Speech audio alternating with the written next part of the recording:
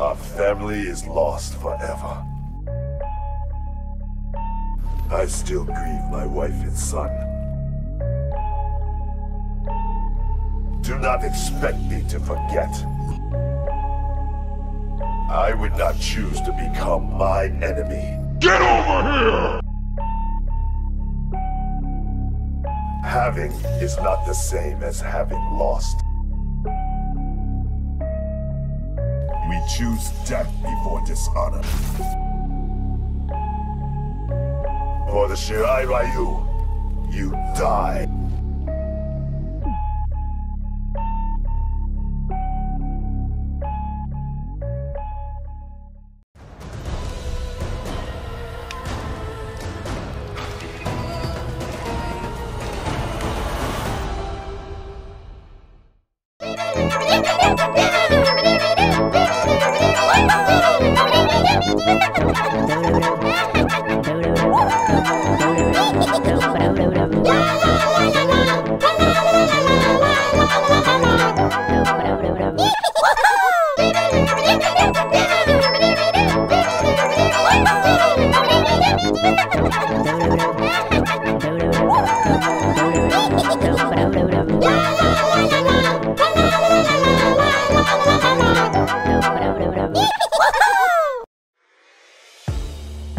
Всем привет, с вами Легендас, и это новое видео. Ну что, готовы к новой битве?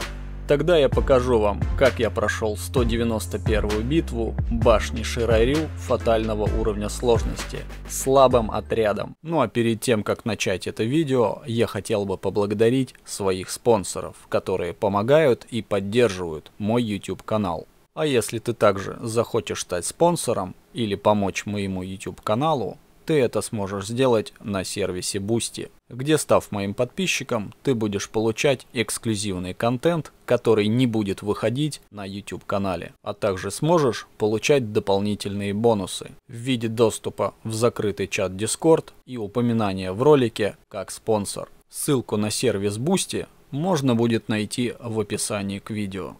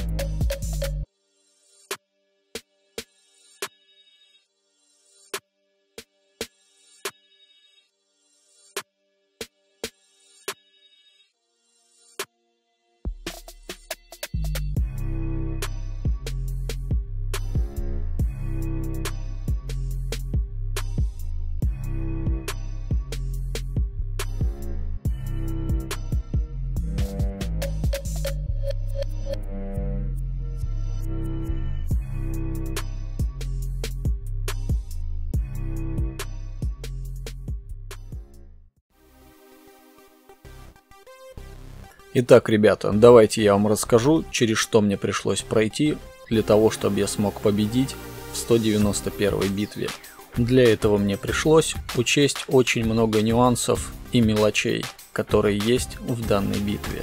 Как вы знаете, у модификатора «Случайная замена» есть таймер, по которому ваши персонажи меняются. И этот таймер составляет 9 секунд, после которого ваш персонаж меняется на случайного персонажа из вашей команды. И после того, как ваш персонаж сменился, с 50% вероятностью может сработать пассивная способность у алмазного Эрона Блэка. Он входит в бой и атакует вас. А также пассивная способность, если он находится в полной команде Черного Дракона. Огневая поддержка, которую наказывает, срабатывает каждые 12 секунд, независимо от того, сменился ваш персонаж или нет. И это первая большая трудность, с которой я столкнулся в этой битве, что мне всегда приходилось считать, для того, чтобы я знал все тайминги и то время, когда может выйти персонаж противника и когда будет происходить замена моего персонажа. Следующий нюанс, который мне пришлось учесть: после того, как ваш персонаж сменяется и срабатывает пассивная способность Эрона Блэка Кочевника, и он входит в бой, оказывая огневую поддержку, мне приходилось прожимать спецприем. Для того, чтобы во время анимации спецприема пассивная способность Эрона Блэка Огневая поддержка не смогла добить вашего персонажа, а лишь доводит здоровье вашего персонажа до 1%. И таким образом ваш персонаж может выжить под постоянным огневым натиском. Следующий нюанс, который мне пришлось учесть в 191 битве, это прокачка талантов, где я выбрал максимальное сопротивление от отрицательных эффектов оглушения для того, чтобы избежать лишнее оглушение от Кабала Черного Дракона, когда он может войти в бой, и очень сильно повысит сопротивление данному эффекту. А также я прокачал талант, который уменьшает шанс на неблокируемую атаку противника. И при случае, когда у меня будет безвыходное положение и у меня не будет энергии для того, чтобы использовать спецприем, мне нужно будет прожать блок. И в таком случае я получу минимальный урон, и у меня останется маленький запас здоровья, и я все-таки выживу. Также в талантах я прокачал талант Защита Центуриона на тот случай, если противник использует против вас рентген, у вас есть 20% вероятность для того, чтобы отразить полный урон в противника. И это очень хороший сейф для вашей команды. Ну и для того, чтобы дополнительно защитить моих персонажей в этой сложной битве, я прокачал талант Ревенант, который может дать бессмертие вашему персонажу в течение 5 секунд. А также я использовал в талантах максимальное снижение расхода энергии своих персонажей на спецприем 1 и на спецприем 2. А также я использовал талант Командная работа, которая помогает переносить часть израсходуемой энергии при использовании спецприему вашим неактивным персонажем, что пассивно повышает набор энергии. Почему же в этой битве я выбрал именно командную работу, а не тактику спецназа? Хотя было бы разумным при таком модификаторе взять именно этот талант. Решающим фактором выбора из этих двух талантов послужил один большой нюанс.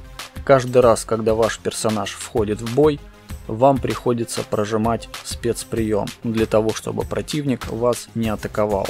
В это время вы теряете драгоценные секунды, которые дает вам талант Тактика спецназа. И после того, как проходит вся анимация и до начала вашей первой базовой атаки проходит около 6 секунд. И эффективность таланта и ее применение составляет от 3 до 4 секунд. А это крайне мало, чтобы вы ощутимо заметили прибавку при накоплении энергии в 10%.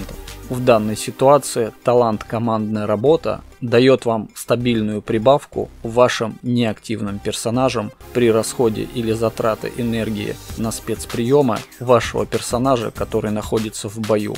И таким образом вы повышаете общую эффективность накопления энергии всех ваших персонажей в отряде. Следующий нюанс, который мне пришлось учесть для боя 191 башни Ширайрю, это снаряжение.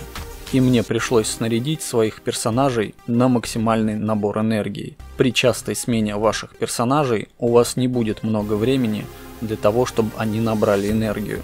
И поэтому каждая атака, которую вы наносите по противнику, для вашего персонажа будет иметь максимальную ценность. Ну и заключительный элемент, который самый трудный в данной битве, это тактический подход. Мне пришлось выработать определенную стратегию и выбрать приоритетные цели, которые нужно было уничтожить в первую очередь. И для этого мне пришлось в самом начале боя максимально долго тянуть время для того, чтобы произошла первая смена у противника. В приоритете нужно было уничтожить первым Эрона Блэк Черный Дракон. Уничтожив Эрона Блэка первым, вы избавите себя от постоянного прессинга огневой поддержки Эрона Блэка и сможете играть более спокойно и стабильно. После того, как вы уничтожите Эрона Блэка Черного Дракона, в бой войдет Кабал Черный Дракон. И в этом случае нужно успеть прожать блок для того, чтобы не получить рентген от пассивной способности Кабала Черного Дракона. И следующей приоритетной целью будет Кабал Черный Дракон, на которого также необходимо будет накладывать ловушку, чтобы он не произвел замену, а также постоянно его оглушать с помощью люкана и спецприема номер 2. И рептилии накладывать максимальное количество яда на Кабала для того, чтобы наносить максимально сильный и максимально быстрый урон от длительного эффекта. Но также нужно учитывать еще один нюанс. При использовании второго спецприема у Рейдена Injustice 2, когда он накладывает ловушку на противника, нужно очень четко следить за таймером. После того, как вы использовали спецприем номер 2 от Рейдена Injustice 2, ловушка накладывается ровно на 30 секунд. И лишний раз не нужно использовать спецприем номер 2 от Рейдена Injustice 2 для того, чтобы не накапливать быстро противнику энергии. Лучше использовать спецприем номер 1, так вы нанесете урон всем персонажам противника и не дадите противнику набирать быстро энергию и по необходимости обновлять ловушку для того, чтобы ваш противник не сменился. Ну и из последних приоритетных целей это, конечно же, Тремор Черный Дракон. Надеюсь, я более-менее понятно объяснил, каких трудов мне стоило для того, чтобы я смог выиграть в 191-й битве башни Ширайрю фатального уровня сложности.